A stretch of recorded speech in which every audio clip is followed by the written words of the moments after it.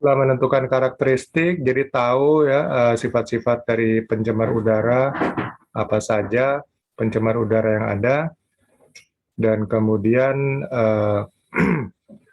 di sini setelah data-datanya ada ya dan sudah dilaporkan juga, maka dilakukan pengendalian ya terhadap polutan-polutan atau pencemar udara yang sudah ada datanya ya di tempat kerja.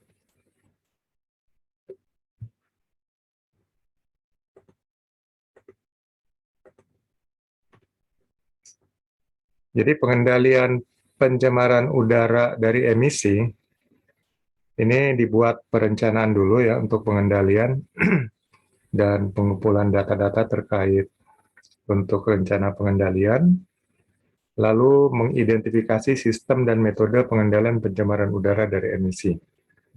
Jadi nanti dilihat polutannya atau pencemarnya itu apa aja. Yang pasti yang tidak memenuhi baku mutu emisi ya. Dan kemudian eh, berapa laju debitnya itu diukur. Nah, dari situ bisa diidentifikasi sistem dan metode untuk pengendali pencemaran tersebut. Dan kemudian menghitung dan menyiapkan sumber-sumber daya yang dibutuhkan ya. Sumber daya keuangan, sumber daya manusianya, sumber daya peralatannya. Nah, khusus untuk sumber daya manusia inilah nanti yang mungkin menjadi asisten dari bapak-bapak sekalian. Dia benar-benar di apa fokus kepada operasional untuk pengendalian. Jadi POPA ya, penanggung jawab operasional pengendalian pencemaran udara dari emisi. POPU, sorry. Kalau POPA itu air. Kemudian mengidentifikasi peralatan pengendali pencemaran udara. Jadi kemudian lihat peralatan-peralatan yang memang tepat dan efektif untuk mengendalikan pencemaran udara yang sudah diidentifikasi tersebut dan sudah diketahui karakteristiknya, dan ya tentu dipilih ya dari mungkin ada berbagai merek, ada berbagai jenis dan berbagai merek itu dilakukan pilihan. Dan kemudian baru melaksanakan pengendalian pencemaran udara tersebut. Jadi nanti mungkin di sini kita akan ada banyak nonton videonya. Jangan bosan nonton video, biar lebih paham. Polutan udara partikel. Jadi nanti selain polutan udara gas-gas pencemar, ada juga yang namanya partikel ya. Tadi sudah disebutkan ada juga namanya asap ya, ada smoke, ada fume, macam-macam. Nah, ini khusus partikel. Jadi ini berupa butiran-butiran padat yang kecil ya, sehingga dia dapat melayang-layang di udara. Polusi udara karena partikel-partikel tersebut merupakan masalah lingkungan yang perlu mendapat perhatian. Berbagai jenis polutan partikel dan bentuk-bentuknya yang terdapat di udara ya. Di sini kita bisa lihat antara lain besi. Jadi besi ada juga dalam bentuk partikel yang bisa melayang-layang di udara, ya, Fe2O3 dan Fe3O4. Kemudian magnesium. Magnesium ini magnesium oksida ya, MgO. Ini juga dalam bentuk mikro, dia bisa melayang-layang di udara. Kemudian kalsium. Mungkin di rumah kita sering minum kalsium ya, tablet. Tapi ini bukan kalsium itu, tapi kalsium dalam bentuk kalsium oksida. Sehingga dia juga dalam bentuk mikropartikel yang bisa melayang-layang di udara. Dan selanjutnya yang lain-lain ada aluminium, ya, sulfur, titanium, karbonat, silikon, fosfor, kalium, natrium, dan lain-lain. Intinya partikel ini ya, ini sebenarnya unsur ya, unsur juga, unsur kimia. Namun saat dia bersenyawa dengan oksigen, dia menjadi partikel pencemar udara. Ya tadi seperti besi, ya jadi apa? Ferrum oksida, ya magnesium, magnesium oksida, kalsium, kalsium oksida dan seterusnya. Jadi menjadi partikel pencemar udara. Polutan udara partikel. Sifat fisik partikel yang penting adalah ukurannya ya, yang berkisar antara diameternya itu 0,0002 mikron sampai sekitar 500 mikron. Ya. Mikron itu eh, seper seribu meter ya, seper seribu milimeter. Pada kisaran tersebut, partikel mempunyai umur dalam bentuk tersuspensi di udara antara beberapa detik sampai beberapa bulan. Jadi dia bisa melayang-layang di udara, bisa dalam hitungan detik, bisa dalam sampai berbulan-bulan. Umur partikel tersebut dipengaruhi oleh kecepatan pengendapan yang ditentukan dari ukuran dan densitas partikel serta aliran udara. Jadi kalau udaranya memungkinkan dia untuk terus melayang, ya kira dengan melayang terus. Dan tapi ditentukan oleh ukurannya juga ya. Biasanya dia kalau semakin berat mungkin akan lebih cepat mengendap. Tapi kalau dia ukurannya ramping dan sangat ringan, dia tentu akan tetap tersuspensi ya atau melayang-layang. Teknik untuk mengontrol emisi partikel semua didasarkan pada penangkapan partikel sebelum dilepaskan ke atmosfer. Ya nanti terutama untuk emisi tidak bergerak ini ya, inilah akan paling banyak polutannya bentuknya partikel. Ya. Dan ini yang harus benar-benar ditangkap ya, penangkapan partikel sebelum dilepaskan ke atmosfer. Metode yang digunakan untuk mencapai tujuan tersebut dipengaruhi oleh ukuran partikelnya. Jadi beberapa alat yang digunakan untuk tujuan tersebut diantaranya ada namanya sistem ruang pengendap gravitasi. Jadi nanti partikel-partikel ini ditangkap, dimasukkan ke dalam satu ruangan, kemudian nanti akan mengendap dengan sendirinya ya. Kemudian ada lagi yang namanya kolektor siklon. Ada penggosok basah ya, atau sikat basah, bukan sikat kamar mandi ya. Tapi ini ada semacam alat juga. Nanti nanti kita lihat gambarnya. Dan ada juga namanya precipitator elektrostatik. Nah, disinilah dari perusahaan atau PPPU perlu melakukan pemilihan ya untuk menentukan alat mana yang cocok, yang sesuai dengan lahan yang ada di tempat kerja dan juga sesuai budget, dan yang paling efektif ya untuk mengendalikan polutan-polutan spesifik yang ada hasil keluaran emisi gas buang di tempat kerjanya. Oke, sekarang kita lihat SKKNI-nya. Jadi judul unitnya adalah melaksanakan pengendalian pencemaran udara dari emisi. Sini ada tiga ya. Ada tiga elemen kompetensi. Yang pertama melakukan perencanaan pengendalian pencemaran udara dari emisi. Yang kedua melaksanakan upaya pengendalian pencemaran udara dari emisi. Yang ketiga menyusun laporan pelaksanaan pengendalian pencemaran udara dari emisi. Jadi sama sebagaimana manajemen, fungsi dasar manajemen itu perencanaan. Jadi tetap harus lakukan perencanaan ya. Jadi membuat perencanaan dulu untuk pengendalian pencemaran udara dari emisi. Di sini ada 7 kriteria unjuk kerja.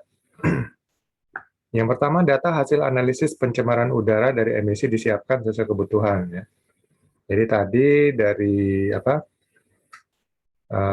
menentukan pencemaran udara di unit kompetensi kedua kalau nggak salah, lalu karakteristiknya di unit kompetensi ketiga. Nah ini dikumpulkan ya. Tentu sudah ada arsipnya, jadi disiapkan data-datanya. Kemudian data hasil analisis pencemaran udara dari emisi yang telah disiapkan dibandingkan dengan baku mutu emisi (BME) yang berlaku. Ya. Jadi BME yang update terakhir dari pemerintah. Jadi jangan pakai yang sudah lama gitu. Kemudian sistem pengendali pencemaran udara dari emisi diidentifikasi sesuai kebutuhan.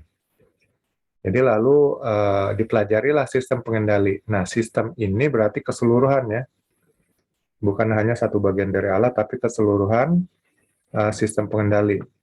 Jadi mungkin ada bagian-bagiannya, ada kontrolnya ya secara elektronik mungkin dan sebagainya. Itu namanya sistem. Kemudian metode pengendalian pencemaran udara dari emisi ditentukan sesuai prosedur. Nah, lalu dalam sistem itu ada juga metode ya. Jadi bagaimana melakukan pengendalian pencemaran udara dari emisi. Mungkin metode ini bisa berupa standar prosedur ya atau SOP. Nah, ini ditentukan aja. Nanti juga memang harus dibuat SOP khusus untuk SOP pengendalian pencemaran udara dari emisi. Apa yang perlu dilakukan, bagaimana cara melakukannya, itu semua ada di dalam SOP tersebut. Dan kemudian, kriteria unjuk kerja yang kelima, indikator keberhasilan pengendalian pencemaran udara dari emisi ditentukan. Jadi, buat indikator-indikator untuk keberhasilan pengendalian pencemaran udara. Yang jelas sih, setelah dikendalikan, maka tentu saja baku mutu emisinya itu turun ya. Yang jelas harus turun di bawah nilai ambang batas. Jadi, emisi gas buangnya turun di bawah ambang batas baku mutu emisi. Kemudian yang keenam, jadwal penerapan pengendalian pencemaran udara dari emisi disiapkan sesuai prosedur. Jadi nanti di prosedur ditentukan ya, kapan dilakukan pengendalian. Ya, apakah, kapan penerapan dari perencanaan ini dilakukan, nah gitu ya. Jadi umpamanya setelah perencanaan, seminggu setelah perencanaan, segera dilakukan pengendalian. Nah, itu berarti langsung ikutin jadwal sesuai prosedur. Dan kemudian biaya penerapan pengendalian pencemaran udara dari emisi dihitung sesuai prosedur. Jadi harus dikalkulasi juga budgetnya ya, atau biaya. Jangan dipakai biaya-biaya diambil dari pos-pos lainnya. Ini harus punya biaya sendiri, karena ini akan continue gitu. Oke, ini perencanaannya. Jadi semua menghitung ya sumber dayanya, sistem, metode, datanya dikumpulin, lalu jadwal, dan kemudian budgetnya. Dan setelah melakukan perencanaan untuk pengendalian pencemaran udara dari emisi, dilaksanakan. Ya. Jadi melaksanakan upaya pengendalian pencemaran udara dari emisi. Nah, di sini ada 5 kriteria unjuk kerja. Yang pertama, substitusi bahan baku dan bahan penolong ditentukan sesuai kebutuhan. Jadi mungkin bahan baku dan bahan tambahan ya untuk produksi dicari yang lebih ramah lingkungan lah. Jadi mungkin yang dapat menimbulkan dampak pencemaran yang lebih kecil ya. Tapi alternatif utama tetap ya budget yang tersedia gitu. Kemudian modifikasi proses produksi ditentukan sesuai kebutuhan. Lalu mungkin ada proses produksi yang perlu dimodifikasi, sehingga dengan adanya modifikasi itu tingkat pencemaran ya udara dari emisi gas buangnya itu jadi lebih kecil. Nah, ini juga harus benar-benar diperhitungkan, dimonitoring, sehingga kalau tingkat keberhasilannya rendah ya mendingan nggak usah dimodifikasi, balik lagi ke proses awal gitu. Tapi kalau memang efektif ya dilanjutkan proses ini, dirubah secara permanen ya. Kemudian resiko terhadap modifikasi proses produksi ditentukan berdasarkan modifikasi yang dilakukan. Tentunya tiap perubahan itu akan menimbulkan dampak ya. Dampak itu bisa positif, bisa negatif. Nah, kalau dampaknya berupa resiko ya atau hal yang negatif, ini harus diperhitungkan juga ya resiko terhadap modifikasi tersebut, sehingga resiko itu bisa dikendalikan. Jangan sampai modifikasi proses akhirnya output keluaran produksi dari perusahaan malah menurun. Ya. Harusnya bisa meningkat malah menurun. Nah, itu jadi resiko-resiko seperti itu juga harus dihitung. Kemudian teknologi ramah lingkungan ditentukan sesuai modifikasi yang dilakukan.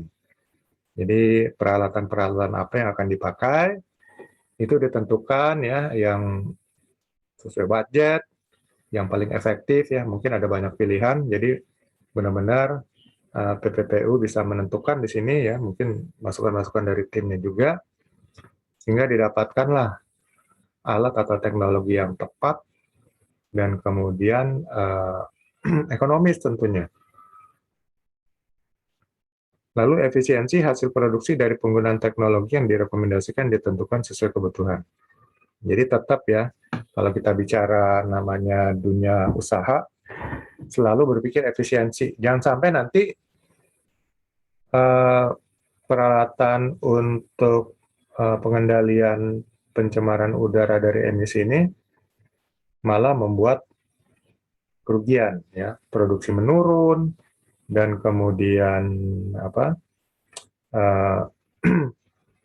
hasil penjualan menurun sehingga profit juga menurun. Nah, itu tidak diharapkan. Jadi benar-benar semua sisi ini diperhitungkan ya, mulai dari substitusi bahan baku dan bahan penolong, modifikasi proses, risiko akibat modifikasi proses, teknologi atau peralatan yang digunakan, serta efisiensi yang dilakukan. Ini apakah akhirnya benar-benar menunjang untuk pengendalian pencemaran udara dari emisi. Lalu yang ketiga, menyusun laporan. Jadi kita lihat di setiap unit kompetensi ya, atau kompetensi spesifik yang harus dimiliki, itu pasti ada kompetensi untuk membuat laporan. Di sini, menyusun laporan pelaksanaan pengendalian pencemaran udara dari emisi. Di sini ada dua kriteria unjuk kerja. Hasil pelaksanaan pengendalian pencemaran udara dari emisi disusun sesuai prosedur. Ya, jadi, kembali acuannya adalah prosedur pengendalian pencemaran udara dari emisi. Kemudian laporan hasil pelaksanaan pengendalian pencemaran udara dari emisi dikomunikasikan sesuai prosedur. Jadi kembali dilaporkan kepada pihak manajemen, kepada Badan Lingkungan Hidup mungkin, dan juga arsip ya. Jadi dibuat rangkap 3. Kompetensi ini berlaku untuk melakukan perencanaan pengendalian pencemaran udara, menyusun rencana penerapan upaya minimasi udara, melaksanakan upaya minimasi pencemaran udara, dan menyusun laporan pelaksanaan melaksanakan pengendalian pencemaran udara dari emisi. Jadi berarti di sini dituntut untuk skill membuat perencanaan ya. Perencanaan di sini secara spesifik adalah pengendalian pencemaran udara, lalu kemudian melaksanakannya, lalu membuat laporan. Pengendalian pencemaran udara dari emisi sumber tidak bergerak di industri. Ya. Kembali diingatkan, lingkupnya hanya sumber tidak bergerak ya. Jadi lebih sedikit sumber bergerak seperti kendaraan bermotor dan peralatan-peralatan alat berat, mungkin itu tidak menjadi sasaran dari skema kompetensi ini. Kemudian pengendalian pencemaran udara di industri dilakukan terhadap parameter-parameter pencemaran udara. Jadi nanti lihat parameter apa aja yang sudah diatur oleh pemerintah berdasarkan baku mutu emisi. Nah itulah nanti yang menjadi standar acuan. Kemudian pengendalian pencemaran udara ditentukan berdasarkan jenis industri dan peraturan yang berisi baku mutu lingkungan hidup yang terkait. Jadi nanti untuk industri-industri tertentu seperti pupuk, ya, sawit, itu mungkin sudah ada baku mutu emisinya. Jadi sudah siapkan.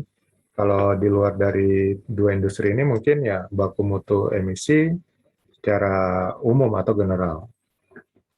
Baku mutu emisi sumber tidak bergerak adalah batas maksimum emisi yang diperbolehkan dimasukkan ke dalam lingkungan. Ini itu maksudnya baku mutu emisi sumber tidak bergerak. Kemudian indikator keberhasilan pengendalian pencemaran udara diukur dari parameter-parameter pencemaran udara terhadap pemenuhan baku mutu lingkungan hidup. Jadi nanti mungkin akan dilihat juga parameter ISPU ya. Jadi indeks skala pencemaran udara itu untuk ambien ya, untuk yang masuk ke berlaku yang bisa terkena ke masyarakat. Nah, selain itu ya tentunya parameter di dalam baku mutu emisi. Jadi kembali diulangi knowledge dan skill yang perlu dikuasai dari unit kompetensi yang keempat ini. Itu pertama analisa pencemaran udara dari emisi. Jadi memiliki pengetahuan dan kemampuan untuk melakukan analisa pencemaran udara dari emisi.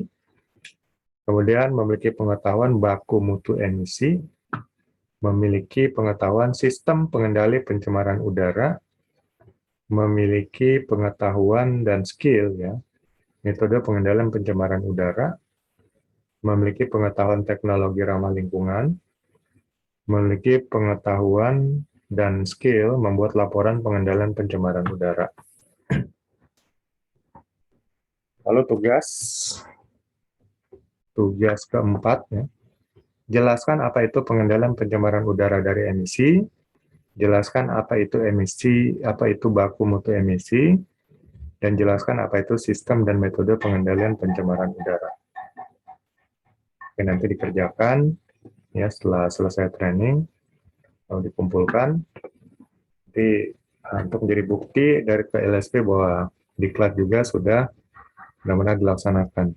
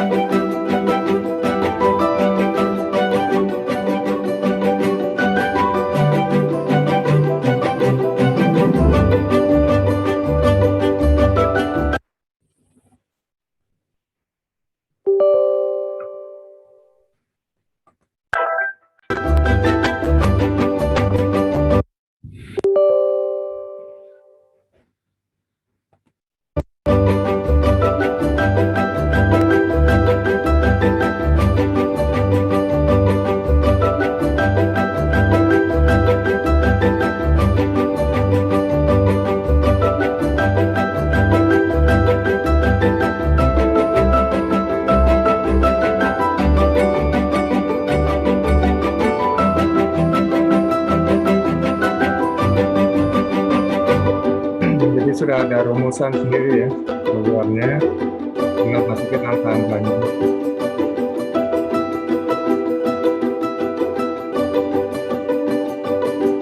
Dua titik enter.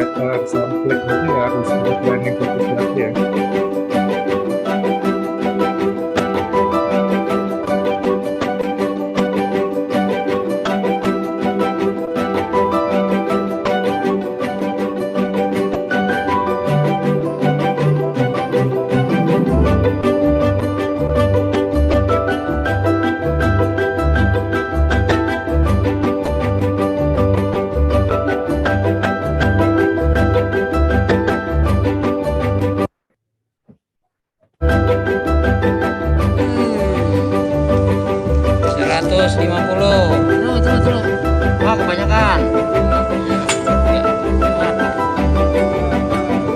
Yang kedeliktik itu. Yes, kira-kira.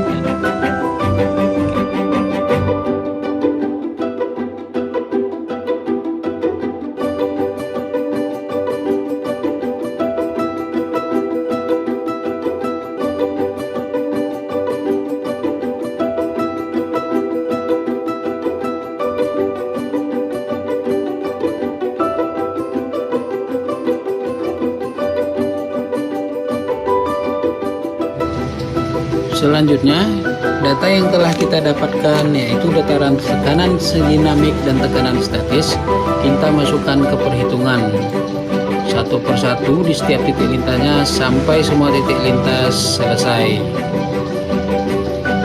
Yang mana telah kita dapatkan untuk tekanan dinamiknya ke dalam satuan mmH2O yaitu 20,60,6. Sementara untuk tekanan statisnya dalam satuan mm Hg-nya adalah 1,185. Nilai V-nya sudah kita dapatkan rata-rata 4,287.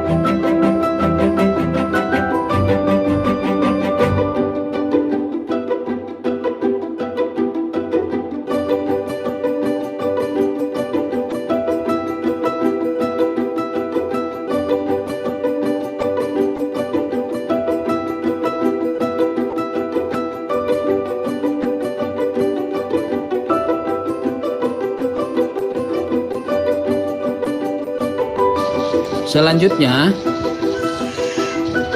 berat per unit volume gas buang dapat kita hitung, yang pada sebelumnya kita mengambil contoh uji untuk gas CO, CO2 dan O2-nya menggunakan gas analyzer.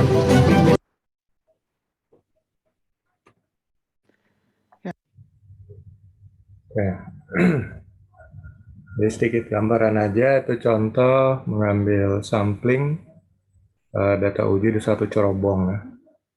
Cerobong keluaran dari suatu proses produksi di suatu industri. Pak, Mujito nih. Ya. Ya, Pak, yang untuk kode unit kompetensi yang itu tadi kan di slide saya lihat 006. Memang 006 atau 004 Pak untuk ini, untuk teknik pengendalian. Yang E3900004 006. Tadi saya lihat 06 di slide, Pak. Hah?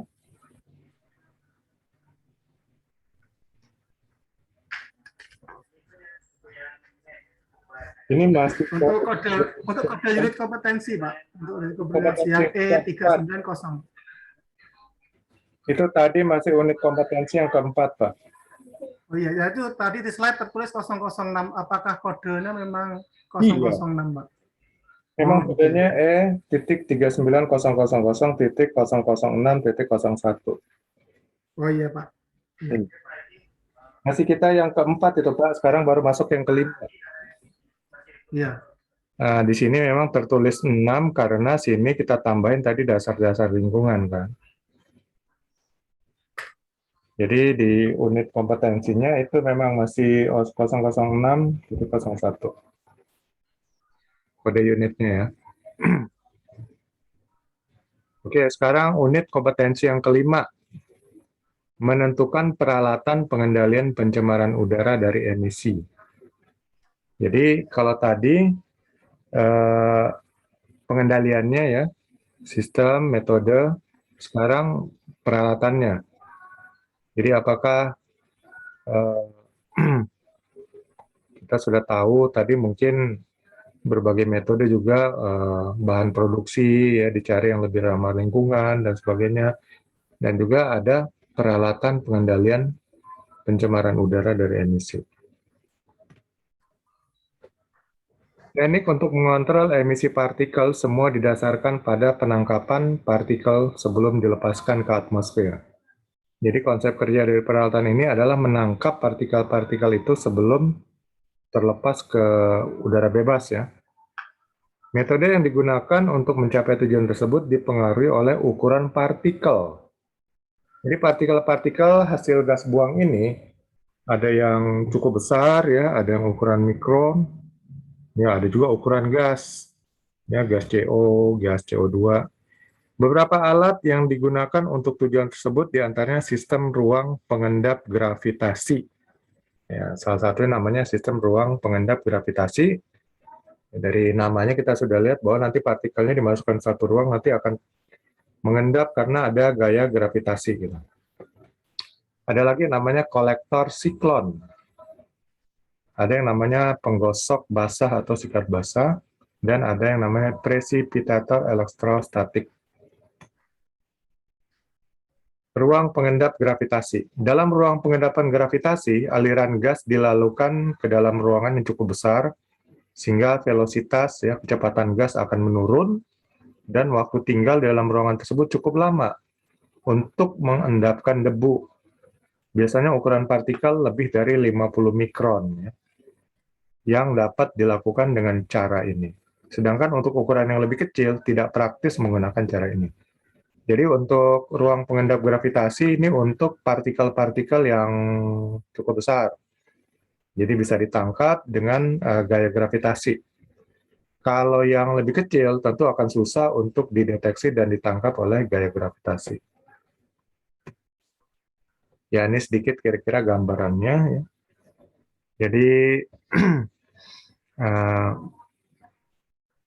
udara kotor masuk, ya, nanti ada cairan masuk di sini. Ini saringannya. Lalu di sini setelah disaring masuk udaranya keluar. Kotorannya nanti mengendap ya. Ini turun ke bawah. Ya ini namanya ruang pengendap gravitasi. Kemudian ada yang namanya kolektor siklon ya. Jadi jangan ngebayangin debt collector gitu. Sistem kolektor siklon digunakan berdasarkan kenyataan bahwa gas yang mengalir menurut spiral berputar menghasilkan tenaga sentrifugal ya. Jadi berputar-putar deh. Terhadap partikel tersuspensi ya, jadi partikel yang melayang-layang sehingga partikel terdorong keluar dari aliran gas ke dinding tabung di mana partikel tersebut dikumpulkan. Jadi putar-putar-putar-putar, puyeng, akhirnya nempel ke dinding tabung. Unit semacam ini mempunyai efisiensi pembersihan sebesar 95% untuk partikel dengan ukuran 5-20 mikron. Jadi ini juga untuk penangkap partikel ya, yang ukurannya 5-20 mikron ya, jadi cukup besar lah gitu. Dibandingkan dengan ukuran gas ya. Ukuran gas itu kecil sekali. Nanometer ukurannya. Ya, ini hampir mirip-mirip juga. Inilah kira-kira bentuk kolektor siklon ya, berbentuk tabung juga gini. Jadi nanti ini masuknya ke sini, diputar-putar-putar di sini. Kotorannya akhirnya jatuh atau nempel ke dinding, lalu yang keluar udara beku. Yang ketiga, penggosok basah atau sikat basah. Jangan fokus ke sikatnya nanti ngebayangnya sikat mandi atau sikat kamar mandi. Alat pembersih yang menggunakan cairan atau air untuk membantu menghilangkan kontaminan padatan, cairan, atau gas. Ini yang disebut penggosok atau sikat basah atau wet scrubber. Efektivitas alat semacam ini dipengaruhi oleh tingkat kontak dan interaksi antara fase cairan dengan kontaminan yang akan dibersihkan. Cara lain adalah dengan melakukan cairan menurun melalui suatu bed yang dipak dalam tabung, sedangkan gas yang berisi partikel digerakkan dari arah berlawanan, yaitu naik melalui bed tersebut ya, disebut stripper. Nah, ini kira-kira gambaran daripada penggosok basah. Digosok-gosok langsung basah. Ya. Bentuknya seperti ini ya. Kemudian ada lagi namanya precipitator elektrostatik. Sistem precipitator elektrostatik didasarkan pada kenyataan bahwa partikel yang bergerak melalui suatu bagian yang mempunyai potensial elektrostatik tinggi mempunyai tendensi untuk bermuatan. Jadi kalau dikasih potensial elektrostatik tinggi, diharapkan partikel itu menjadi bermuatan ya, di mana partikel-partikel tersebut kemudian akan tertarik ke bagian lain yang muatannya berlawanan. Ya. Karena kita belajar fisika dulu kan, muatan sejenis tolak-menolak, muatan berlainan jenis tarik-menarik. Ya. Jadi cowok dengan cowok, ya berantem, tolak-menolak. Cowok dengan cewek, ya saling nempel. Pengalaman Pak Marco. Supaya gampang dibayangkan gitu kan. Aduh. Nah ini namanya lanjut. precipitator elektrostatik.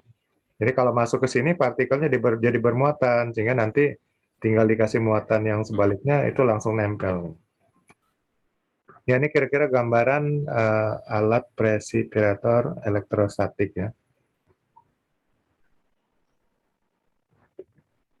Cukup besar juga nih. Ada lagi yang namanya pengontrol emisi gas buang.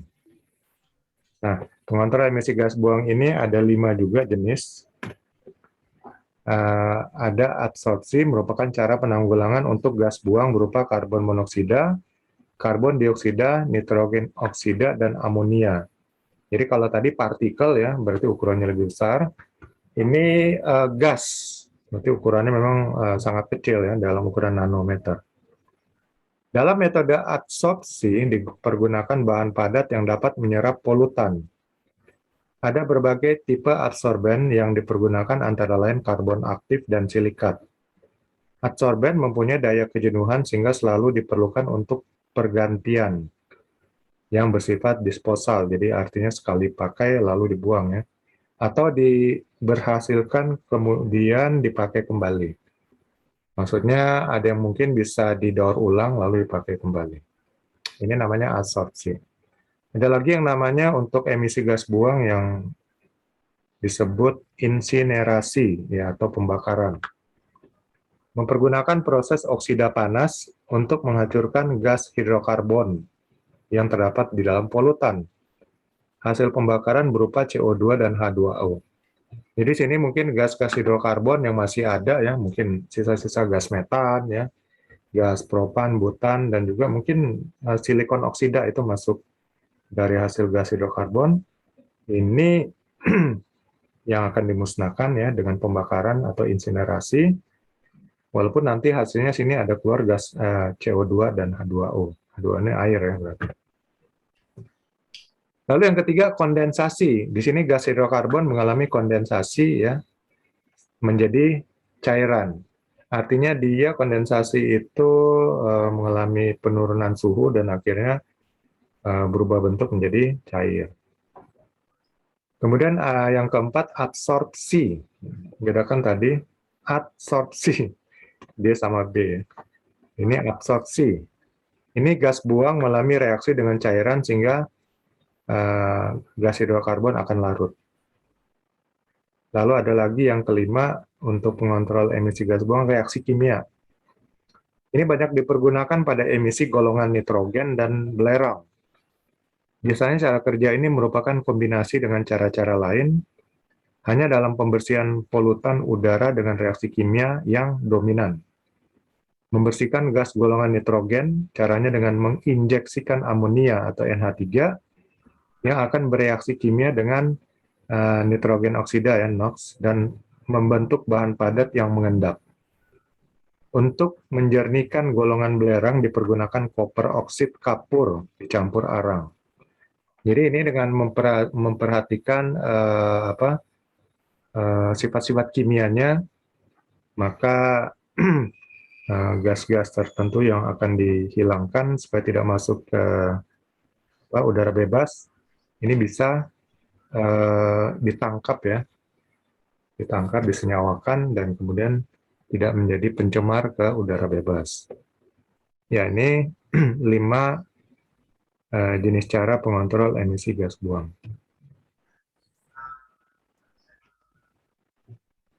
Nah, ada lagi peralatan pengontrol emisi lainnya, ada filter udara, ya, ada pengendap siklon, tadi udah nih kayaknya, ada filter basah, pengendap elektron. Dia hampir mirip-mirip aja, cuman yang bedanya nih filter udara ya. Filter udara dimaksudkan untuk ikut keluar pada cerobong atau stuck, agar tidak ikut terlepas ke lingkungan, sehingga hanya udara bersih yang keluar dari cerobong. Filter udara yang dipasang ini harus secara tetap diamati atau dikontrol. Kalau sudah jenuh, ya maksudnya sudah penuh dengan abu atau debu, harus segera diganti dengan yang baru. Ya sama, kalau kita punya penghisap debu di rumah ya, vacuum cleaner, itu juga ada filter udara. Jadi kalau udah penuh ya kita bersihin, baru dipakai lagi untuk penyedot debu. Nah sama di sini ya. Jadi sini di ujung daripada cerobong itu ditaruh filter udara untuk menangkap partikel-partikel ya yang keluar dari cerobong. Jenis filter udara yang digunakan tergantung pada sifat gas buangan yang keluar dari proses industri. Apakah berdebu banyak, ya, berarti berdebu banyak itu mengandung partikel-partikel. Apakah bersifat asam atau bersifat alkalis atau basa, ya, dan lain sebagainya. Fungsi utama filter udara adalah menyaring udara yang akan masuk ke ruang bakar atau ruang yang digunakan untuk proses pembakaran.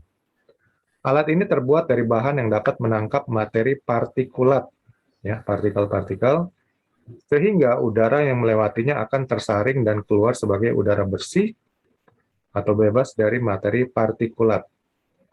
Filter udara dapat digunakan pada ventilasi ruangan atau bangunan, mesin atau cerobong pabrik, mesin kendaraan bermotor, atau pada area lain yang membutuhkan udara bersih. Jadi tidak hanya pada emisi tidak bergerak, pada emisi bergerak juga digunakan filter udara. Ya, jadi di mobil, motor itu ada filternya juga ya untuk udaranya. Ya, ini contoh yang di kendaraan bermotor. Ya. Ada filternya. Ya. Pengendap siklon juga tadi. Filter basah, wet scrubber sudah juga. Sudah. Karbon monoksida. Karbon monoksida rumus kimianya CO. Adalah gas yang tak ada berwarna dan tidak berbau dan tidak berasa. Jadi kalau karbon monoksida ini kebanyakan di gas buang dari kendaraan bermotor dan dia efeknya terhadap orang adalah orang jadi ngantuk kalau menghirup karbon monoksida ya. Jadi pernah ada ibu-ibu ini, dia belanja, lalu mobil tetap dihidupin ya, pakai AC, kemudian anaknya ditinggalin, anaknya masih bayi lah gitu ya. Masih bayi, dia pikir nggak akan lama, paling semenit gitu kan mau ngambil sesuatu. Nah, mungkin mobilnya bukan mobil baru sekarang, kalau mobil baru sekarang mungkin itu tidak ada asap knalpot yang bisa menembus ke dalam. Jadi lebih safety. Tapi kalau mobil-mobil zaman dulu, kayaknya masih ada celah-celah yang bisa ditembus dan asap knalpot itu bisa masuk ke dalam, ya kebocoran gitu ya. Nah, dia lupa saking, ya namanya ibu-ibu kan, udah, lihat ini. Akhirnya rencana setengah menit sampai semenit, jadinya 5 menit, ya lebih kali. Jadi pas dia balik anaknya udah mati, jadi kena keracunan karbon monoksida. Saya juga pernah ngetes waktu itu naik kendaraan mobil, jadi saya iseng-iseng pakai gas detektor, saya cek, ada terdeteksi karbon monoksida. Jadi biasanya kalau karbon monoksida ini reaksinya kalau orang yang kena itu ngantuk. Jadi pernah di Ancol dulu, udah lama nih, yang gitu ya, Indohoy dua-duaan, begitu ketiduran mereka, ditemukan orang dua-duanya udah jadi mayat. Jadi ketiduran kayaknya enak gitu, langsung masuk ke bayangan mereka sih surga gitu kan. Jadi tidur selamanya, karena rupanya ya terkontaminasi dengan Pak karbon. Mario itu Mario mengingatkan berita 90-an itu, Pak. Iya, 90-an. Ya betul, saya masih mahasiswa itu, Pak. Oh iya. Iya, benar. Itu memang. Jadi mobil-mobil zaman dulu sih, kalau sekarang sih kayaknya lebih ini ya. Jadi biar hidupin 10 menit di situ, setengah jam nggak masalah. Kalau mobil zaman dulu itu wah, ada kebocoran masuk itu asap knalpot mengandung karbon monoksida. Emang reaksinya sih enak ya.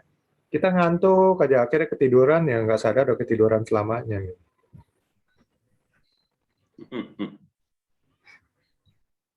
Ya kalau eh, ini kenapa saya tampilkan karena memang baik di di emisi bergerak maupun emisi tidak bergerak ada potensi untuk karbon monoksida. Nah, ini juga berbahaya ya untuk kesehatan manusia. Oke, di sini kita lihat skema untuk kompetensinya. Jadi unit kompetensi yang ke-5 ya, menentukan peralatan pengendali pencemaran udara dari emisi. Ini ada 3 elemen kompetensi. Yang pertama, menentukan jenis pengendalian udara sesuai karakteristik udara emisi suatu industri. Yang kedua, memilih peralatan pengendali pencemaran udara yang akan digunakan. Yang ketiga, melaporkan hasil penentuan peralatan pengendali pencemaran udara dari emisi. Jadi di sini maksudnya kita identifikasi dulu kira-kira jenis pengendalian udara apa yang akan kita pakai gitu ya. Ini harus sesuai dengan karakteristik udara emisi di tempat kerja. Jadi yang mau ditangkap kalau memang partikel ya atau partikulat yaitu tadi yang sudah kita bicarakan, apakah itu pengendap gravitasi ya, lalu wet scrubber dan sebagainya. Tapi kalau memang bentuknya berupa gas, tadi ya mungkin ada pakai filter gas. Ya. Nah di sini kriteria unjuk kerjanya ada 4. Data karakteristik udara emisi yang akan dikendalikan ditentukan berdasarkan jenis industrinya. Jadi masing-masing berbeda industri tentu karakteristik emisi udara, emisi gas buangnya berbeda ya. Jadi harus lihat. Nah, kalau di Kementerian LHK sendiri saya lihat yang diatur itu industri sawit, pupuk, sama ini pertambangan juga kayaknya diatur. Nah, kalau industri lainnya mungkin ya itu secara umum kita tahu sendiri aja gitu. Masuknya general, Pak. Iya, masuknya general. Dari hasil ujinya juga tidak ditentukan spesifik memang, Pak, Ya. kalau Iya, benar. Kemudian jenis pengendalian udara yang akan digunakan ditentukan berdasarkan karakteristik udara emisi suatu industri. Jadi jangan langsung kita pakai alat nih. Harus tahu dulu ya jenis emisinya apa, kemudian industri ya. Jadi industri itu tentu menggunakan bahan baku yang berbeda antara satu industri dengan industri lain. Jadi itu akan menentukan emisi gas buangnya. Kemudian kriteria peralatan pengendali udara emisi ditentukan sesuai kebutuhan.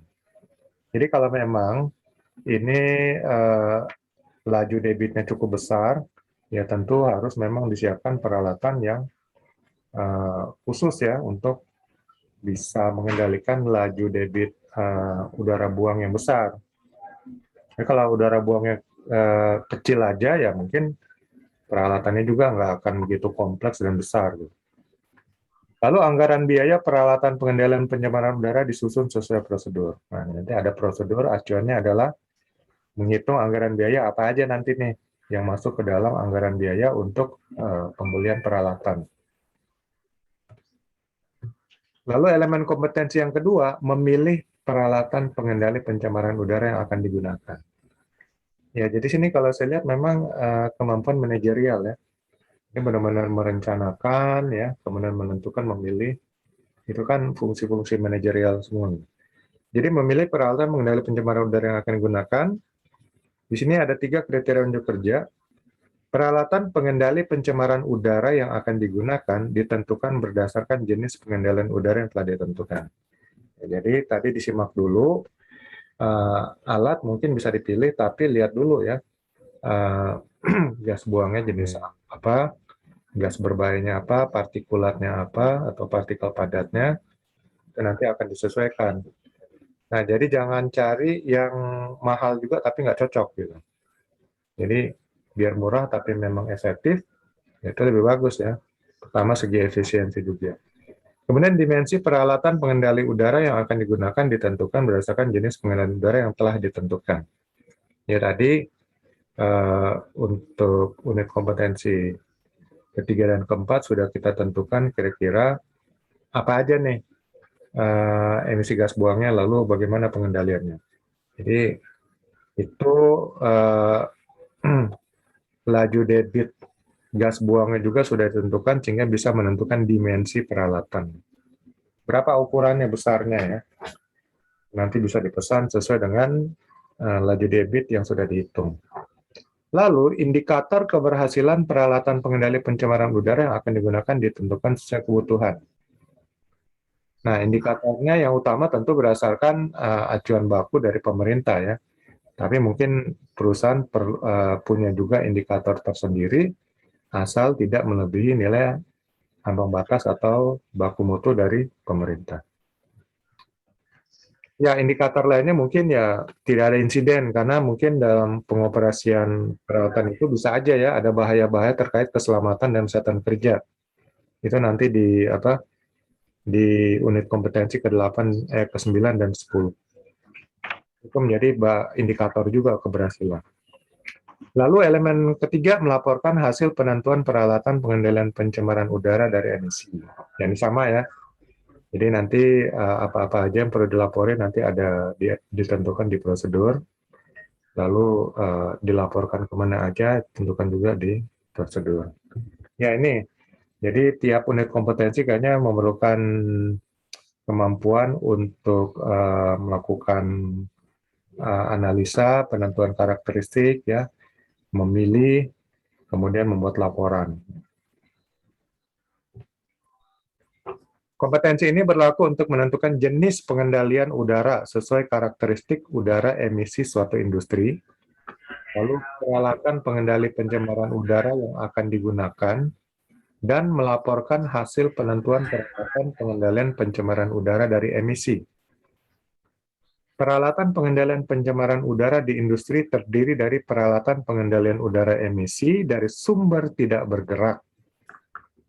Kriteria peralatan pengendali udara dari emisi sesuai dengan jenis peralatan pengendali udara dari emisi yang dipilih. Jadi ini pemilihannya memang membutuhkan banyak faktor ya, makanya tentukan kriterianya. Indikator keberhasilan penentuan peralatan pengendalian pencemaran udara ditentukan berdasarkan hasil uji pengendalian pencemaran udara, ya apakah memenuhi baku mutu emisi yang berlaku. Baku mutu emisi sumber tidak bergerak adalah batas maksimum emisi yang diperbolehkan dimasukkan ke dalam lingkungan. Ya, jadi pengetahuan dan skill yang diperlukan di unit kompetensi ini. Mario, izin bertanya tadi agak kelewat, Pak. Oh, silakan, Pak. Mumpung belum jauh, ada slide sebelumnya, Pak.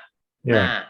Nah, ini elemen satunya. Nah, elemen satu menentukan jenis, Pak, jenis pengendalian. Iya. Terus yang keduanya, Pak, satu lagi. Peralatan, nah, memilih peralatan. Nah, untuk menentukan tadi, ya untuk membedakan, Pak, untuk membedakan tadi bahasanya apa ya tadi? Menentukan peralatan. Nah, nanti untuk menentukan peralatan itu kan berbagai apa ya? Kepentingannya mungkin berbeda seperti yang tadi Bapak. Pertama adalah jenis industri. Yang kedua mungkin aspek atau apa namanya jenis partikel ataupun apa namanya polutan yang akan kita ambil. Ya. Ya Pak. Terus kemudian untuk yang apa? Yang elemen satunya Pak? Pengendalian udara. Pengendalian jenis udara ini kan berdasarkan karakteristiknya saja kan Pak. Kalau yang ini. Ya, Nah, terus kalau untuk yang kedua yang agak sulit, penentuan peralatannya. Nah, peralatan itu ada nggak ya kira-kira yang satu alat ini katakanlah bisa untuk beberapa fungsi. Kalau Bapak tadi menentukan kan ada beberapa kolektor siklon, terus presipirator elektrostatis, terus kemudian itu kan berbeda-beda fungsinya ya kan Pak? ya. Nah, kira-kira satu alat ada nggak yang untuk beberapa kepentingan gitu Pak dari beberapa partikel yang akan diambil karena kan kita juga misalkan untuk pengukuran udara apa saja yang akan diinikan untuk jenis industri kita. Nah, menentukan itu kan sulit Pak kalau kita tidak tahu fungsinya dari masing-masing tadi gitu loh Pak. Ya, ya. Ya, kalau menurut saya sih sekarang kan makin maju nih orang, makin kreatif. Saya rasa untuk peralatan pengendali pencemaran udara emisi ini, ya mungkin ada yang multifungsi juga sudah disiapkan. Ada yang mungkin sudah dengan langsung kontrol secara online, jadi dia langsung mungkin akan melaporkan laju debit ya, laju debitnya, kemudian Ukuran, jenis. ukuran jenis segala macam, mungkin laporan secara online bisa langsung dipantau lewat HP mungkin. Ya, mungkin sudah ada atau mungkin masih dalam penelitian. Saya pikir itu ada. Untuk pengendalian secara online juga sekarang sudah ada. Nah, itu makanya ini kan berarti kalau ini dari beberapa jenis apa namanya untuk peralatan ini dari pengendap gravitasi. Nah, ini katakanlah berarti satu alat masih hanya satu fungsi kurang lebih Ya, seperti itu. kalau tadi yang saya jelaskan satu alat satu fungsi aja. Nah, makanya karena kalau saya lihat dari kebutuhan beberapa jenis industri itu juga menentukan peralatan. Kedua, jenis yang akan kita ambil misalkan jenis polutannya atau jenis ininya apa dan ukurannya juga kan masing-masing berbeda. Misalkan yang lebih dari 50 mikron ini harus menggunakan ini, tidak bisa menggunakan yang lain. Nah, maksud saya contohnya begini Pak Mario, contohnya kita untuk mengukur lingkungan kerja di K3 ya. Lingkungan kerja itu ada alat yang namanya luxmeter, kebisingan sama misalkan ini. Itu ada sekarang dalam satu alat jadi 3 Pak, tidak masing-masing. Nah, kurang lebih seperti itu maksudnya Pak. Oh, ya, jadi gini, kan ada alat pengendali, ada alat untuk mengukur. Ya, kalau alat pengukuran mungkin ya bisa multifungsi ya, ada yang multifungsi. Nah, Nah, itu. kalau alat pengendali, saya rasa mungkin sudah ada juga yang bisa mengendalikan partikel-partikel gas yang ukurannya nano maupun sekaligus partikel-partikel yang ukurannya mikron. Betul. Jadi mungkin itu jadi multi multi multi kendali untuk semua polutan. Mungkin Ya. sudah ada, cuman di sini memang tidak saya masukkan dalam ini.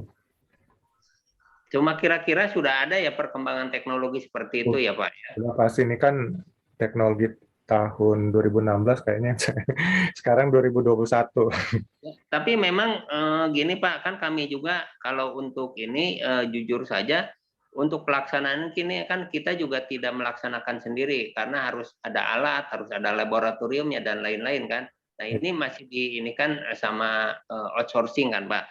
Namun dari proses ini kita juga jadi paham seperti apa sehingga prosesi dan peralatan yang diperlukan serta kriteria apa yang untuk menentukan tersebut jadi mengetahui. Nah, dalam hal ini yang saya lihat selama ini yang dibawa sama vendor itu memang yang masih manual Pak. Seperti ini yang Bapak gambarkan. Jadi teknologinya belum ada yang multifungsi gitu Pak. Ya, iya. Jadi harus di searching dulu itu Pak. Untuk kalau saya lihat sih antara partikel nano dengan partikel mikron itu, ya itu mungkin kalau pakai teknologi gravitasi nggak akan nyambung karena gravitasi pasti yang nangkep hanya ke yang mikron aja. Ya, itu maksudnya Pak. Nah, Itu. Jadi harus pakai alat yang lain kan. Gitu. lain. Tapi kalau pakai alat filter udara, ya mungkin bisa. Cuman memang harus rajin dibersihin karena kalau yang partikulatnya itu kan lebih besar, itu akan mungkin sejam aja udah penuh gitu. Iya. Jadi harus memang, nah teknologi pembersihannya juga mungkin perlu dipikirin, nah jadi sehingga dia bisa ngebersihin diri sendiri. Itu sebenarnya gampang aja kalau orang udah ini pasti udah ada alatnya tuh Pak. Kami itu diomongkan pengendali. Itu aja sih tadi kan dari gambaran ini apa namanya, maksud saya koneksinya antara kepentingan Polri, ukuran, kepentingan jenis partikulan yang akan dicek itu juga kan masih dari 5 jenis ini. Saya lihat ini kan masing-masing alat ini berbeda fungsinya. Tidak ada yang satu alat yang bisa memang misalkan sekaligus lah jadi lebih mudah. Kemudian nanti secara ini tinggal keluar hasilnya aja gitu Pak Mario kan. Iya, iya. Iya sih. Cuman kalau untuk alat monitoring yang jarak jauh mungkin ada ya. Tapi itu monitoringnya.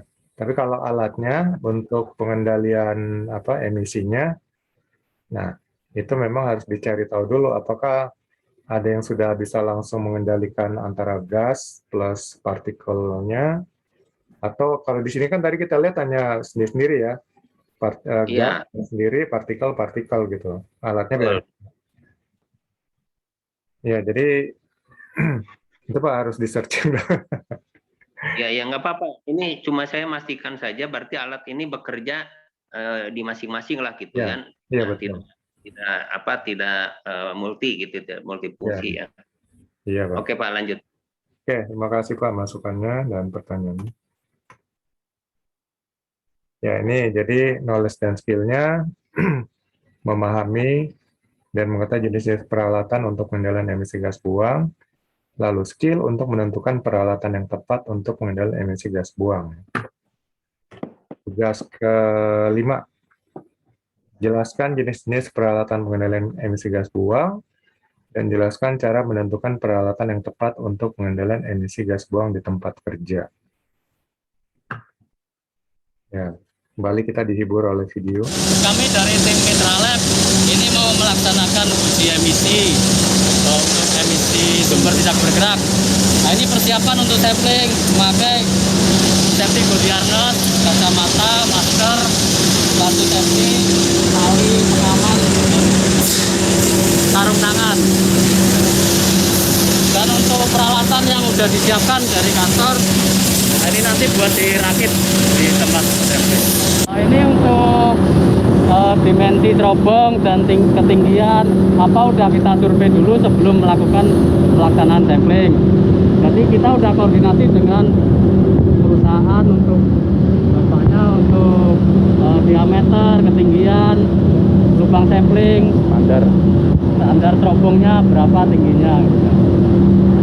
Jika memenuhi persyaratan, maka kita akan melakukan pengujian emisi sumber tidak bergerak dengan metode isokinetik. Untuk persiapan naik ke terobong melakukan dengan safety dan aman.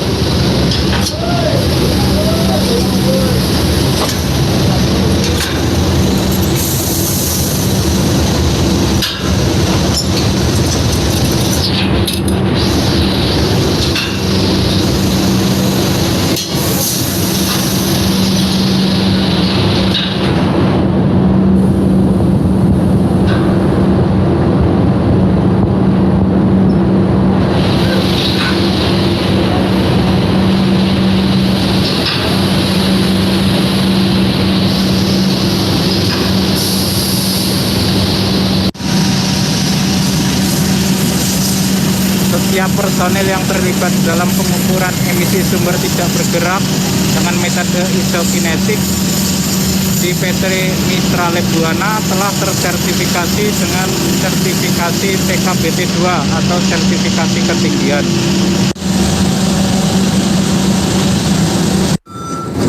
Proses pembukaan flank terobong untuk dilakukan pengujian emisi sumber tidak bergerak. Setelah Setelah prosedur persyaratan teknis dan sarana pendukung terpenuhi, langkah awal dalam pengujian emisi sumber tidak bergerak dengan metode isokinetik adalah penentuan jumlah titik lintas dengan cara pengukuran diameter, jari-jari cerobong, tebal dinding, sehingga akan diketahui jumlah titik lintas yang harus tersedia dalam pengukuran emisi sumber tidak bergerak dengan metode isokinetik. Dua titik lintas. Nah ini benar. Setelah Berapa senti? dilakukan perhitungan, akhirnya kita mendapatkan jumlah titik lintas Aku tandain sebanyak pakai 2 lapan. buah titik lintas.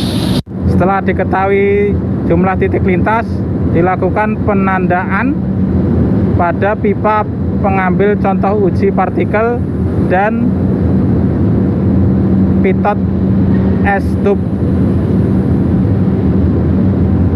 Masing-masing kita tandai dengan isolatif sebanyak 2 karena jumlah titik lintas yang diperlukan adalah 2 buah. Kedua, dalam pengujian emisi sumber tidak bergerak dengan metode isokinetik adalah penentuan kadar uap air. Kita lakukan dengan lama pengukuran kurang lebih 10 menit. Setelah kita masukkan botol CaCl yang sudah kita timbang, kemudian kita kasih air untuk mencegah terjadinya kondensasi, kemudian kita nyalakan pemanas.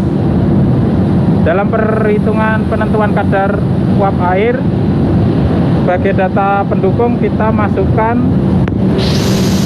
tekanan atmosfer, tekanan pada gas meter yang terbaca pada pipa U, kemudian tekan temperatur pada gas meter yang terbaca pada alat, kemudian berat botol CaCl2 blanko sebelum dilakukan. Setelah selesai, kemudian berat botol CaCl2 hasil sampling, kemudian laju alir, flow meter, dan lama sampling. Sampel selesai, uap air selesai sampling, disimpan dalam desikator selama 2 jam. Kemudian dilakukan penimbangan berat setelah sampling. Desikator selama kurang lebih 2 jam. Setelah selesai sampling, timbang lagi berat akhir, berapa beratnya. Tahap ketiga dalam pengujian emisi sumber tidak bergerak menggunakan metode isokinetik adalah penentuan kadar gas atau penentuan berat molekul udara, meliputi CO2, O2, dan CO. Tahap keempat dalam pengujian emisi sumber tidak bergerak dengan metode isokinetik adalah penentuan tekanan statis dan tekanan dinamis dengan menggunakan manometer inklinasi. Sebelum melakukan pengujian, kita lakukan tes kebocoran dulu dengan cara meniup salah satu pipa, kemudian kita tutup apakah terjadi pergeseran atau tidak.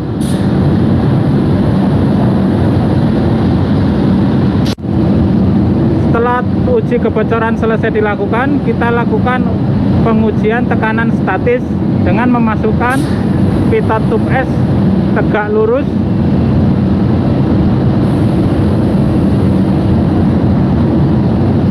kemudian kita lihat apakah ada pergeseran pada manometer inklinasi, kemudian kita catat hasilnya. Kita masukkan perhitungan di dalam laptop. Penentuan tekanan statis dinamis, kita lihat pergerakan pada manometer inklinasi Setelah tekanan statis kita dapatkan, untuk selanjutnya kita lakukan pengukuran tekanan dinamis berdasarkan jumlah titik lintas yang telah kita tentukan sebelum pengujian sampling, di mana dalam pengujian ini terdapat 2 titik lintas. Untuk titik lintas pertama,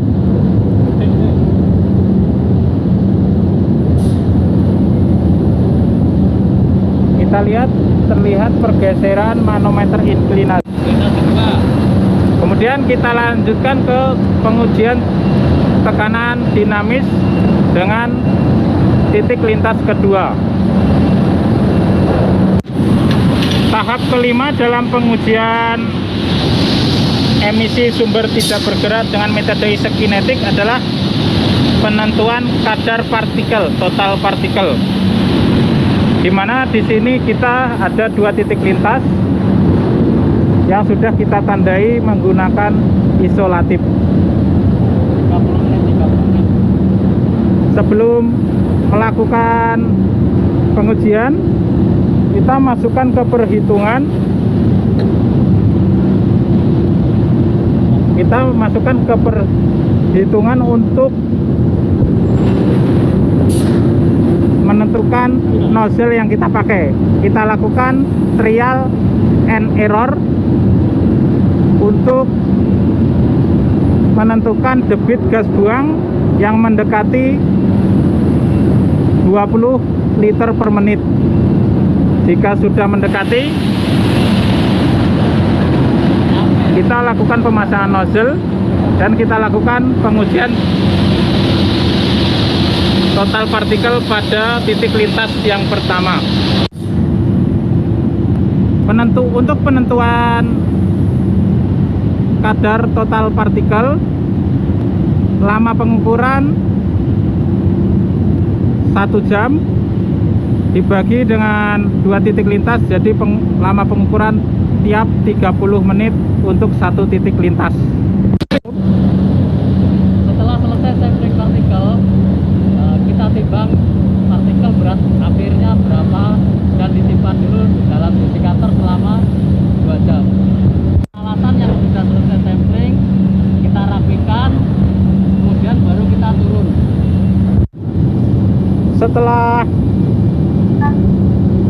partikel yang disimpan di dalam desikator selama kurang lebih 2 jam, kita lakukan penimbangan berat akhir. Kemudian kita lakukan perhitungan untuk menentukan persen isokinetik. Pengukuran tingkat ketebalan asap atau tingkat kerapatan asap atau opasitas, di mana lama pengukuran adalah 6 menit.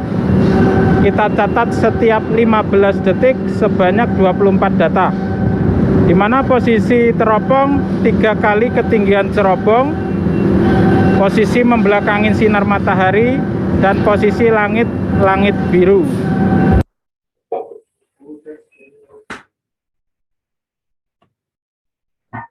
Ya, ini sih itu hanya sedikit tambahan pengetahuan, bukannya pekerjaan PPPA ya. Karena biasanya di lapangan nanti adalah bukan pekerjaan PPPU, tapi nanti POPU, POPU. Oke, ya sedikit gambaran aja itu mensampling untuk pemeriksaan partikel-partikel dari pencemar udara yang ada dalam satu cerobong. Oke, unit kompetensi yang ke-6.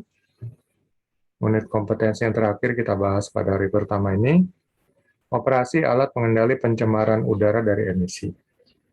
Kalau tadi baru menentukan, ya, masih mempelajari, sekarang sudah operasionalnya. Jadi biasanya kalau perbedaan saat merencanakan atau menentukan atau memilih, tentu saat memilih, menentukan itu lebih banyak berbicara data ya, berbicara data dan menggunakan logika. Tapi kalau saat operasi, di sini yang diperlukan adalah fisik ya, langsung lapangan mungkin, dan kemudian Ya, itu kalau operatornya. Kalau pengawas mungkin tinggal mengawasi, monitoring kinerja dari operator. Nah, kalau dalam operasi alat pengendali ini juga, tentunya yang diperlukan itu adalah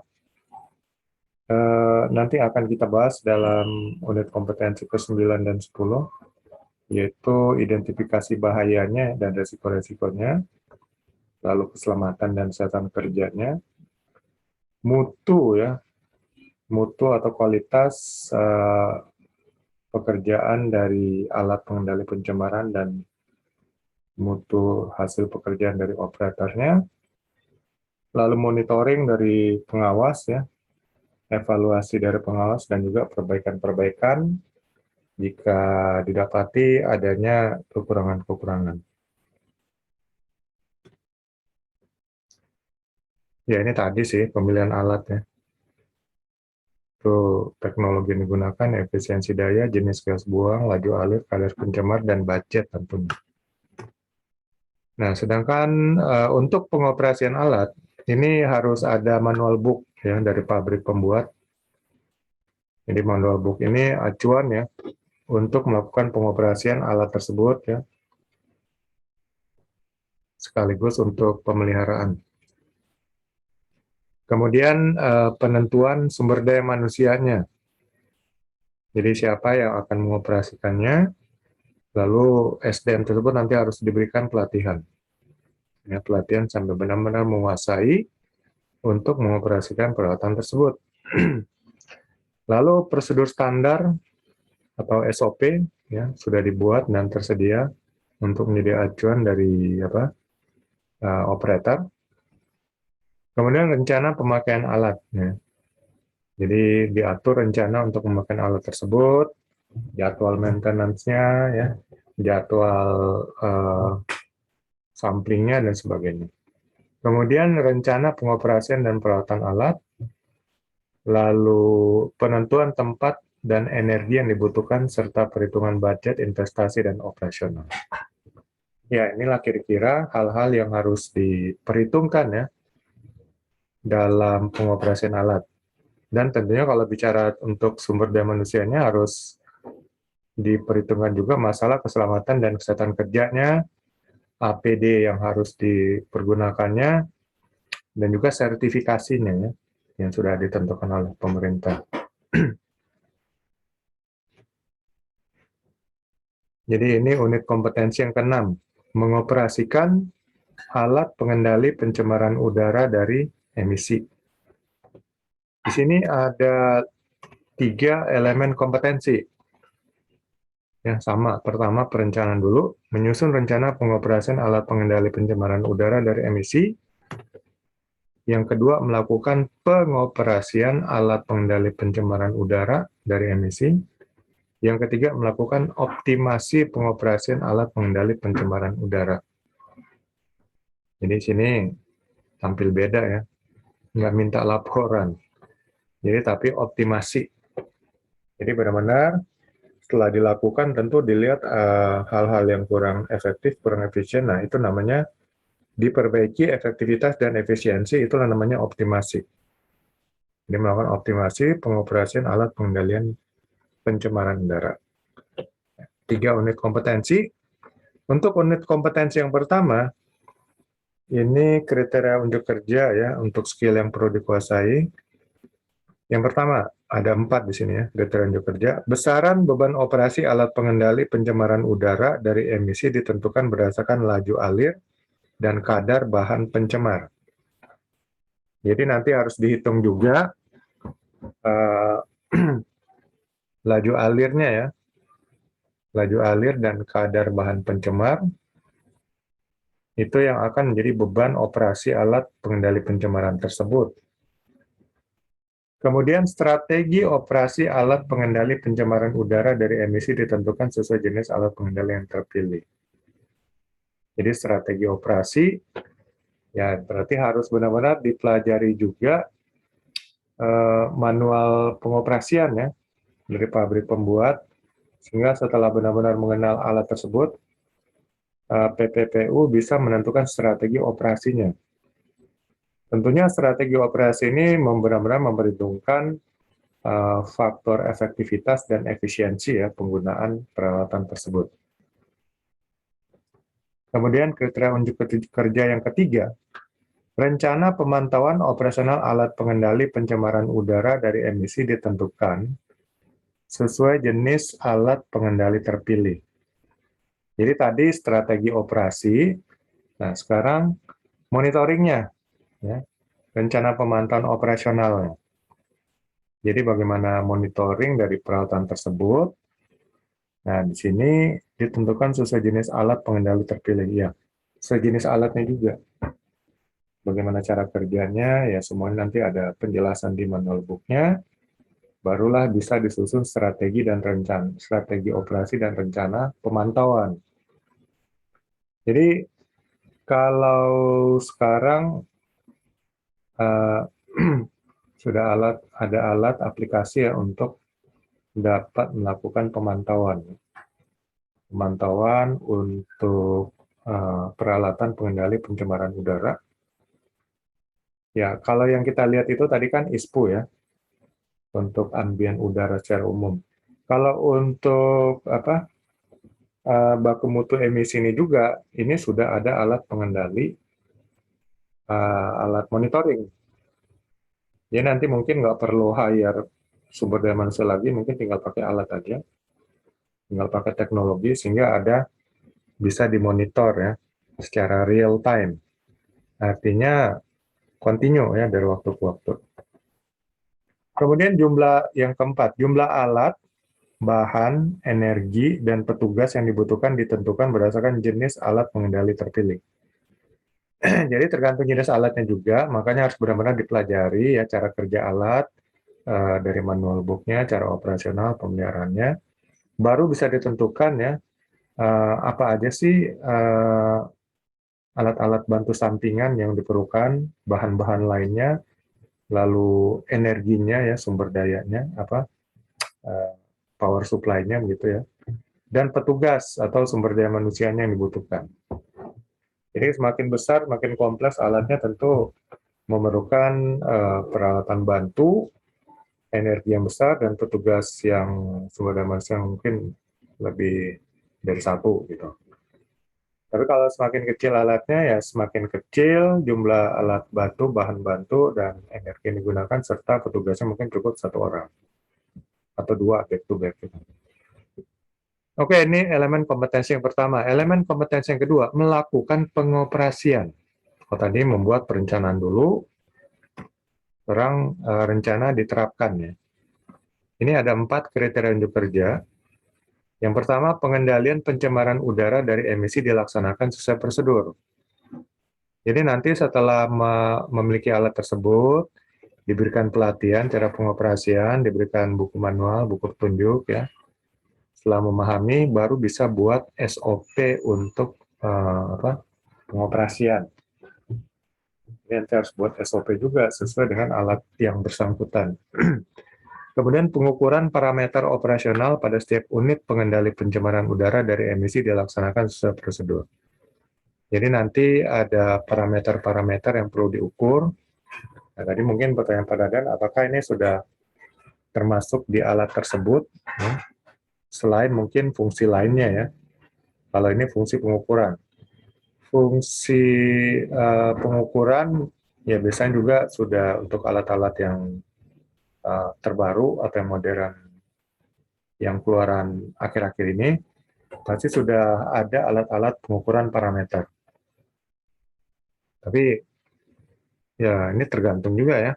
Karena mungkin namanya alat pengendalian pencemaran udara dari emisi ini kan permintaannya nggak begitu banyak, paling dari industri aja. Sehingga untuk pengembangannya mungkin para pabrik pembuatnya tidak terlalu tertarik mungkin. Tapi pasti sudah ada lah ya. Jadi satu kesatuan antara alatnya dengan ada pengukuran parameter. Kemudian formulir pengoperasian alat pengendali udara dari emisi diisi sesuai prosedur. Jadi ada catatan harian dari operator ya yang akan mencatat kinerja ya pengoperasian peralatan ini dari waktu ke waktu, dan sehingga kalau dimonitoring terus, kalau ada masalah mungkin langsung segera diketahui dan dikendalikan. Dan juga sebagai bukti daripada monitoringnya tentu ada formulir yang diisi. Kemudian formulir hasil pengoperasian alat pengendali udara dari emisi dikomunikasikan sesuai prosedur. Jadi nanti catatan-catatan hasil pengoperasian alat tersebut, ini nanti mungkin kata dikomunikasikan ini bisa dilaporkan secara verbal atau secara tertulis ya. Ya lebih mudahnya dan lebih efektifnya tentu tertulis, sehingga ada data arsip juga gitu. Nah ini, jadi melakukan pengoperasian alat pengendali pencemaran udara. Dan kemudian yang ketiga, melakukan optimasi pengoperasian alat pengendali pencemaran udara. Di sini ada 3 kriteria unjuk kerja. Pemeriksaan terhadap kondisi alat pengendali pencemaran udara dari emisi dilaksanakan sesuai prosedur. Jadi ada pengecekan ya. Pengecekan terhadap kondisinya mungkin secara fisik, dan kemudian fitur-fiturnya ya, dan performa kerjanya itu dicek ya berkala. Lalu dicek juga efisiensinya. Efisiensi alat pengendali pencemaran udara dari emisi dievaluasi sesuai prosedur. Jadi efisiensi ini tentu berhubungan dengan penghematan sumber daya ya, mulai dari energinya ya, mulai dari operatornya, mulai dari bahan-bahan yang dibutuhkan ya dan sebagainya, termasuk biaya pemeliharaan dan sebagainya. Ini dari bagian efisiensi yang benar-benar harus dioptimalkan. Gitu. Jangan sampai budgetnya membengkak ya karena pengoperasian peralatan pengendalian pencemaran udara dari emisi ini. Dan yang ketiga, rekomendasi optimasi alat pengendali pencemaran udara dari emisi disusun berdasarkan teknologi alternatif mutakhir. Jadi nanti ada rekomendasi, masukan-masukan ya ke manajemen mungkin. Jadi, oh ini yang tambahkan, sehingga maksudnya ditambahkan peralatan teknologi ya, mungkin monitoring real time dan segala macam, itu kan bisa ditambahkan juga untuk aplikasi teknologinya. Nah ini, jadi setelah melakukan monitoring, tentu bisa mendapatkan data-data, sehingga dari data-data ini bisa dilakukan optimasi ya. Jadi benar-benar mengoptimalkan ya, benar-benar mengusahakan perbaikan efektivitas dan efisiensi dari peralatan tersebut. Nah, lalu buat rekomendasi ke manajemen untuk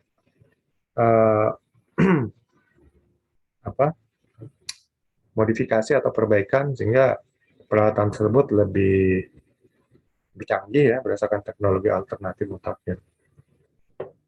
Lebih canggih tentu lebih memudahkan ya dalam melakukan, dalam fungsinya maksudnya. Sehingga tadi sudah terintegrasi, dia bisa langsung ada laporan monitoring real time ya, dari waktu ke waktu. Dan mungkin juga seperti kata Pak Dadan tadi ya bisa sekaligus beberapa fungsi ya.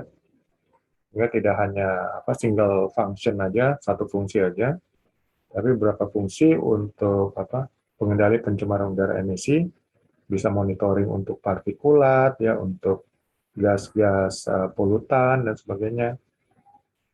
Jadi bisa multifungsi. Dan tentunya semuanya bisa dilakukan berdasarkan teknologi alternatif ya, yang mutakhir atau yang terbaru. Kompetensi ini berlaku untuk menyusun rencana pengoperasian alat, lalu mengoperasikan alat, dan melakukan optimasi pengoperasian alat pengendali udara dari emisi. Peralatan pengendalian pencemaran udara di industri, terutama pengendalian udara emisi dari udara emisi sumber tidak bergerak. Jadi kembali diingatkan ini fokusnya ke emisi sumber tidak bergerak. Keberhasilan pengoperasian peralatan pengendalian pencemaran udara ditentukan berdasarkan hasil uji pengendalian pencemaran udara apakah memenuhi baku mutu lingkungan hidup yang berlaku. Jadi udah capek-capek pakai peralatan pengendali pencemaran udara, ternyata tetap ya tidak mencapai baku mutu lingkungan hidup atau baku mutu emisi. Cuma jadi inefisien jadinya. Jadi kriterianya adalah tentu harus sudah berhasil memenuhi baku mutu lingkungan hidup. Baku mutu emisi sumber tidak bergerak adalah batas maksimum emisi yang diperbolehkan dimasukkan ke dalam lingkungan.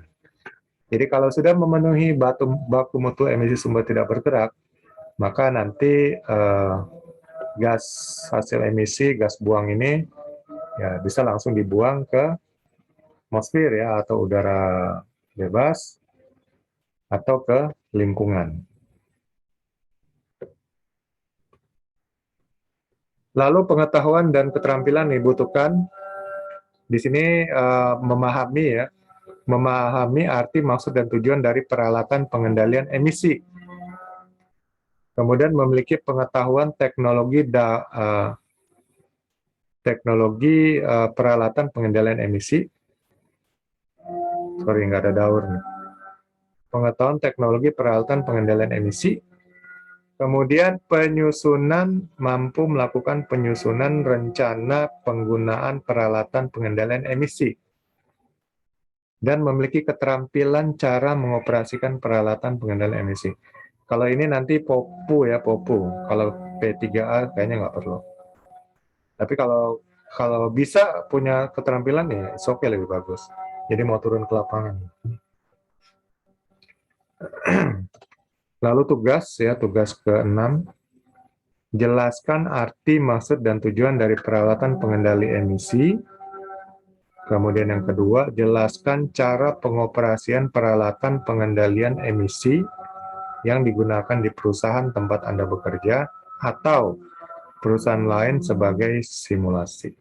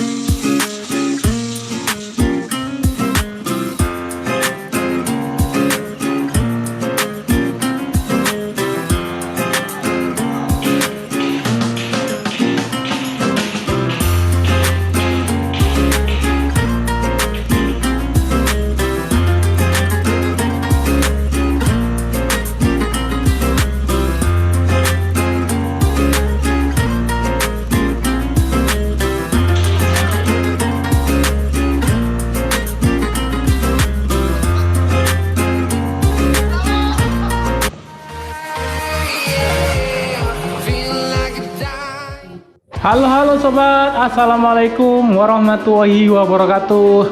Apa kabarnya hari ini? Semoga sehat walafiat semua, amin ya robbal alamin. Pada video kali ini saya akan tunjukkan pada sobat-sobat semua bagaimana cara penggantian siklon dust collector boiler 60 ton per jam. Tapi sebelum lanjut, buat kamu yang belum subscribe ke channel ini, segera pencet tombol subscribe-nya. Karena di channel ini kamu akan mendapatkan banyak informasi-informasi keren dan menarik seputar dunia mekanik dan kelapa sawit. Juga hal-hal penting yang seharusnya kamu tahu. Pastikan juga pencet gambar loncengnya agar kamu bisa mendapatkan notifikasinya langsung di smartphone kamu.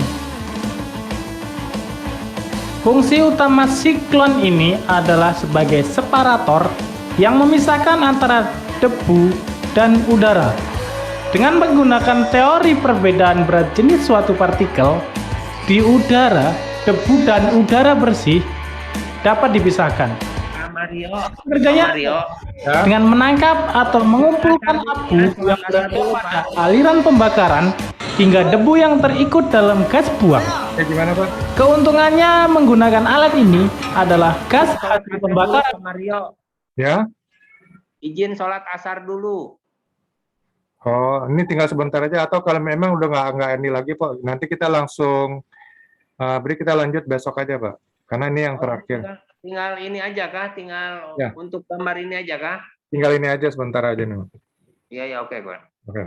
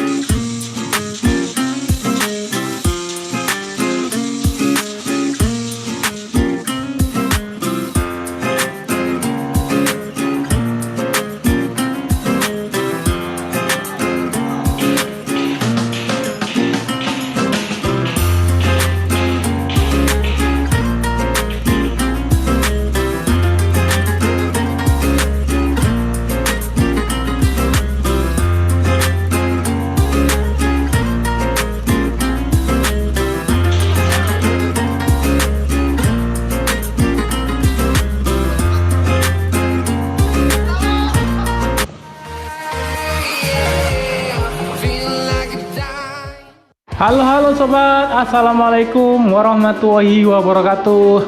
Apa kabarnya hari ini? Semoga sehat walafiat semua, amin ya robbal alamin. Pada video kali ini saya akan tunjukkan pada sobat-sobat semua bagaimana cara penggantian siklon dust collector boiler 60 ton per jam. Tapi sebelum lanjut, buat kamu yang belum subscribe ke channel ini, segera pencet tombol subscribe-nya. Karena di channel ini kamu akan mendapatkan banyak informasi-informasi keren dan menarik seputar dunia mekanik dan kelapa sawit. Juga hal-hal penting yang seharusnya kamu tahu. Pastikan juga pencet gambar loncengnya agar kamu bisa mendapatkan notifikasinya langsung di smartphone kamu. Fungsi utama siklon ini adalah sebagai separator yang memisahkan antara debu dan udara. Dengan menggunakan teori perbedaan berat jenis suatu partikel, di udara, debu dan udara bersih dapat dipisahkan. Sistem kerjanya adalah dengan menangkap atau mengumpulkan abu yang berada pada aliran pembakaran hingga debu yang terikut dalam gas buang.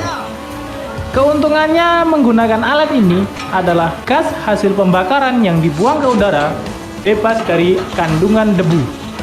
Alasannya tidak lain karena debu dapat mencemari udara lingkungan sekitar, serta bertujuan untuk mengurangi kemungkinan terjadinya kerusakan pada alat akibat adanya gesekan dari abu ataupun pasir.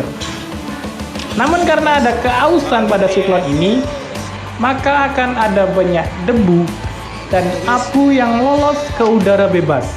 Oleh karenanya, kami diturunkan untuk melakukan penggantian siklon ini untuk menghentikan sekarang juga cemaran abu di udara.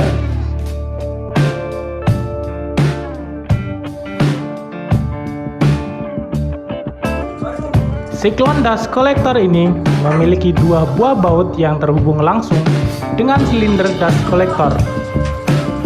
Oleh karena silinder dust collector dirasa masih cukup bagus, maka hanya siklon saja yang diganti. Caranya adalah dengan memotong dua buah baut berukuran 3/4 inci di kanan dan kiri siklon. Namun sebelumnya telah diikat dengan menggunakan katrol karena beratnya yang mencapai 50 kg per pieces. Setelah itu kita tinggal memasangkan siklon baru di tempat yang sama. Tantangannya adalah abu dan sempitnya tempat kerja. Selain itu, tempat kerjanya juga berada di ketinggian yang lumayan, sehingga harus dibuatkan peranca untuk tempat berpijak untuk mempermudah proses kerja. Masker menjadi hal yang wajib ketika kami melakukan pekerjaan ini, karena debu yang masih melekat di sekitar siklon tentu sangat berbahaya jika masuk ke dalam sistem pernafasan kita. Waspada dan hati-hati serta konsentrasi yang tinggi menjadi hal yang penting, mengingat tingkat resiko kerja yang tinggi. Selain itu, peralatan keselamatan seperti helm, sarung tangan, safety shoes, dan masker menjadi sangat penting. Lalai sedikit saja, kecelakaan bisa menimpa kita.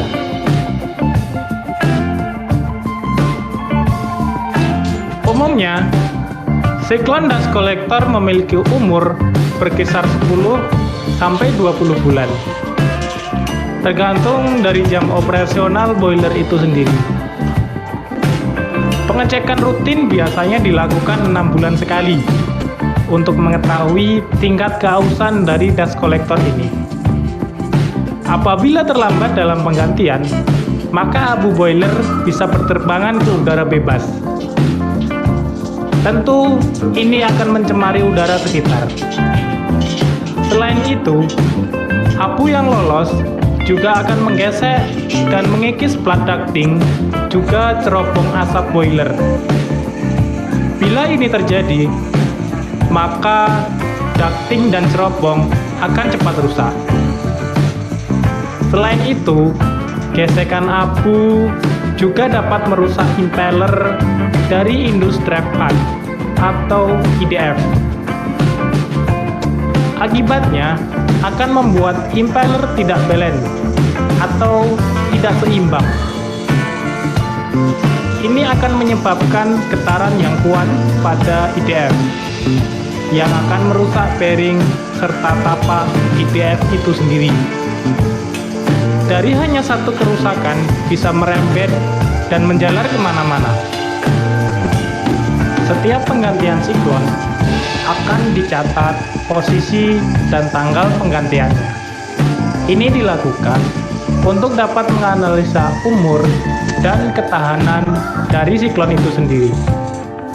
Selain itu, data yang akurat dapat mempermudah kita dalam melakukan PMP. Mengingat boiler bisa dikatakan jantungnya pabrik sawit. Apabila boiler berhenti beroperasi karena ada kendala kerusakan, bisa dipastikan pabrik juga akan berhenti beroperasi mengolah kelapa sawit. Jika kamu ingin mengetahui lebih jauh tentang pengolahan kelapa sawit menjadi minyak, setelah nanti Oke, jadi itu salah satu contoh jenis alat untuk pengendalian pencemaran udara dari emisi, terutama yang dipakai untuk boiler ya, sehingga abu-abu dari hasil pembakaran boiler itu bisa ditangkap di siklonnya, sehingga tidak menyebar ke lingkungan. Oke, sebelum kita akhiri hari pertama ini, mungkin ada pertanyaan atau tambahan.